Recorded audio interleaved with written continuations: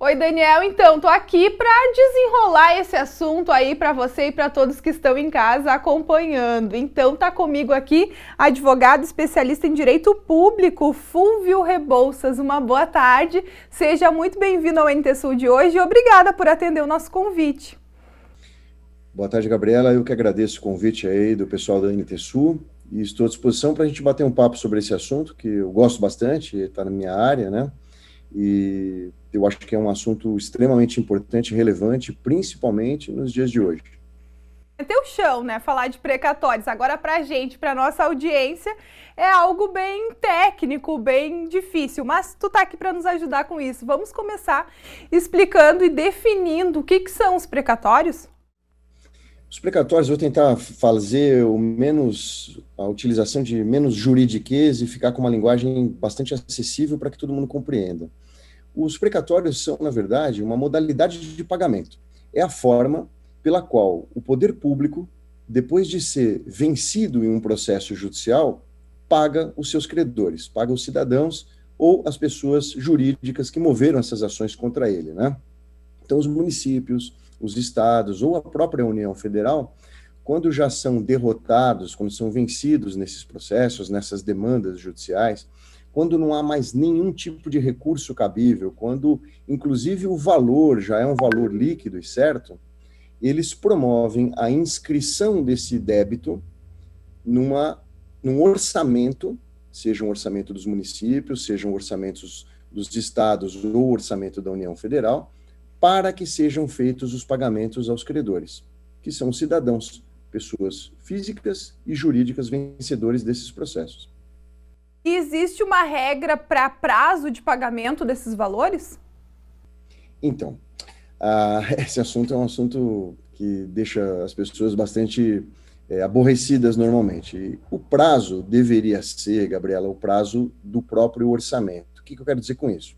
Vamos imaginar que um crédito de um cidadão, de uma cidadã, tenha sido inscrito, por exemplo, para o ano de 2022, o ano em que nós estamos agora. Então, vai receber um número de ordem chamado número de ordem cronológica. Esse número de ordem cronológica é como se houvesse uma fila e aquele número fosse o número de ordem da pessoa naquela fila. Então, vai ser, por exemplo, 230/22, que é o ano de 2022. Quando que essa pessoa deveria receber esse valor? No ano de 2022, de 1º de janeiro a 31 de dezembro, que é o nosso ano fiscal, que coincide com o ano do calendário. O que costuma acontecer, infelizmente, é que nem os municípios, quase todos são assim, os estados todos, e agora, com a nova PEC, o governo federal também, não pagam em dia esses precatórios. E cria-se uma fila, cria-se um número elevadíssimo de casos que estão aguardando o momento do seu pagamento. Eu vou dar um exemplo aqui de São Paulo, do estado onde eu estou falando, para que os telespectadores aí da NT Sul possam ter uma ideia. Aqui no estado de São Paulo, isso se repete com alguma frequência, em maior ou menor grau, em todas as unidades da federação, em todos os estados do Brasil, o estado de São Paulo está pagando, agora em 2022, os precatórios originalmente orçamentados para o ano de 2003. Ou seja, nós temos uma fila, uma demora, um prazo de espera de quase 19 anos entre a expectativa que o cidadão e a cidadã tinham de receber e o efetivo recebimento. É uma fila muito grande. Realmente, aí surge a dúvida aquela. Tá, meu familiar, meu pai, meu vô, sei lá, alguém, né, faleceu. E aí tinha esse valor a receber. Como que faz para a pessoa ter direito ao acesso de alguém que já se foi? É fácil? É bastante fácil em termos processuais, né? Então, partindo do princípio de que o precatório nasce necessariamente de uma ação judicial, de um processo, a primeira providência, se esse fato triste acontecer, e infelizmente a gente sabe que acaba acontecendo, é que os familiares, os herdeiros e sucessores daquele falecido procurem o advogado profissional, que é o advogado que patrocina, que cuida daquele processo, daquela causa, daquela demanda, e falem, comuniquem o fato, comuniquem o evento, falem assim, infelizmente, tal pessoa veio a falecer, uma ordem natural da vida, e nós estamos aqui nos apresentando para que nós sejamos habilitados a recebermos esses créditos. Então, o que vai acontecer é que, pela ordem da sucessão, por exemplo, faleceu o marido, a viúva tem direito a 50% dos valores e os filhos dividem os outros 50%. A mesma coisa se for o inverso, o cônjuge que sobreviver tem 50% e os filhos dividem os outros 50%. Ah, não há cônjuge, já era viúva, ficam os filhos, e assim seguindo a ordem sucessória natural, né?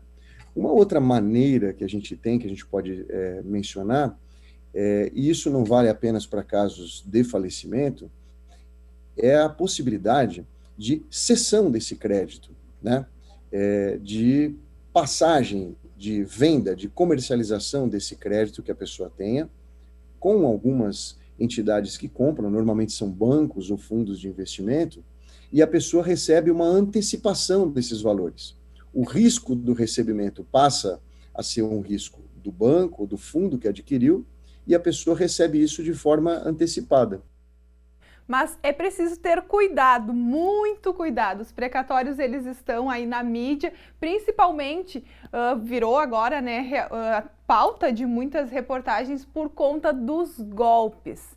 Pessoas golpistas estão se passando por advogados, por profissionais da área, usando inclusive nomes de diversos escritórios aí de São Paulo, aqui do Rio Grande do Sul, onde a gente está, e inclusive o logotipo, e aí entrando em contrato através de telefone, solicitando de que o cliente faça o pagamento de algumas custas ali do processo, para daí ter direito a receber o valor total ao precatório. Aí, como a pessoa está há muito tempo aguardando por aquilo, é um momento de felicidade, ele vai lá desesperado, daqui a pouco, se não tem o valor, é solicitado 5 mil, 6 mil, 7 mil, pede emprestado, porque, não, eu vou receber o valor total e logo eu vou te devolver. Aí é um problema, né? É preciso tomar muito cuidado e ter atenção e saber que quem está do outro lado da linha é realmente o advogado contratado neste processo. Você mesma destacou um ponto importante, que é qual? O processo demora muito, o pagamento demora muito. Então, o que acontece? As pessoas estão cansadas, estão estafadas, querem resolver aquilo da melhor forma possível, no menor prazo possível. E aí acabam se sujeitando a essas armadilhas que existem no mundo virtual aí, tanto com ligações telefônicas, quanto com mensagens por e-mail, WhatsApp, SMS, outras formas de contato virtual. Nossa recomendação extrema é que procurem empresas, normalmente são empresas intermediárias desses bancos e fundos de investimento. Por conta disso, nós abrimos a nossa empresa, que é a Jequitibá Investimentos, para trabalhar de forma séria no mercado. Somos hoje, graças a Deus, uma referência no mercado de antecipação de créditos, de precatórios e outros ativos judiciais, e precisamos tomar cuidado com essas armadilhas. Procurem empresas sérias, não existe a menor possibilidade nem necessidade de antecipação de nenhum valor. Pelo contrário, as pessoas têm a receber, as pessoas não têm que fazer pagamento nenhum a nenhum título, para quem quer que seja. Advogado, a gente falou da questão de receber valor, receber precatório de alguém falecido, né? É necessário inventário para ter acesso ao valor? Sim, na maior parte das vezes é necessário ou o inventário ou o arrolamento, né? Não havendo menores, esse inventário ele pode ser feito até em cartório mesmo, é um procedimento que hoje está bastante desburocratizado, está bastante simples. Mas é necessário, Gabriela, pelo seguinte, porque no inventário, ao final do processo de inventário, do procedimento de inventário, vai haver o chamado formal de partilha, né? Esse formal de partilha, que é o finalzinho do processo, ele vai definir quem são os herdeiros e qual é a cota-parte, qual que é o quinhão que cabe a cada um deles. Então, a partir daí, nós saberemos. Se existe um precatório, por exemplo, de 100 mil, nós saberemos, esse valor aqui de 100 mil vai ter que ser partilhado entre esses herdeiros e nessa proporção. Cada qual receberá a sua cota-parte, o seu quinhão. Então, é um procedimento necessário para o recebimento, para a habilitação do crédito na hipótese de falecimento do credor original. Infelizmente acontece. Aproveitando o contato aqui, acredito que é dúvida agora de toda a nossa audiência. Para um processo desses, para cobrar esses valores, o cliente do escritório, no caso de vocês aí em São Paulo, é possível revelar qual é que é o custo disso? Se for para essa discussão inicial, né, vamos chamar assim uma discussão inicial, nós temos normalmente uma contratação aqui, no nosso caso, é uma contratação pelo sucesso da causa, né? Então, ao final do processo, em caso de vitória, nós temos um percentual a receber sobre o montante que a pessoa tem direito.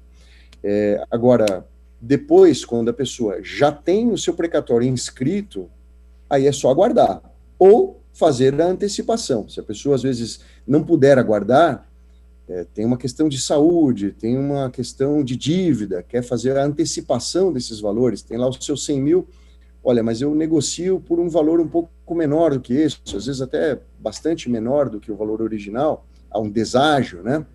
É possível fazer essa antecipação. Aí é uma questão que vai ser vista entre quem está comprando aquele crédito, adquirindo o crédito, e aquele que está com a vontade de ceder esse crédito. Entendido. Conversei aqui com o advogado especialista em direito público, Fúlvio Rebouças. Muito, muito obrigada por todas as respostas aqui, todos os esclarecimentos passados à nossa audiência. Eu de novo agradeço o convite da MT Sul.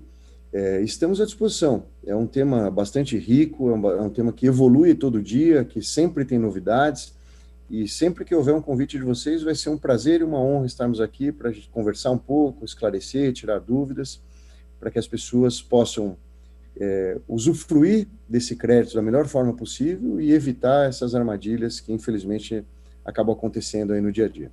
Tá bem, obrigada, um ótimo trabalho por aí. Então, você aí de casa, ficou atento, é importante você estar sempre em contato com o advogado que lhe atende e jamais, né, nenhum custo, nenhuma despesa terá que ser paga para você receber esse valor. Esse valor é seu direito e sim, você irá recebê-lo sem nenhum custo adicional. Daniel, volto com você.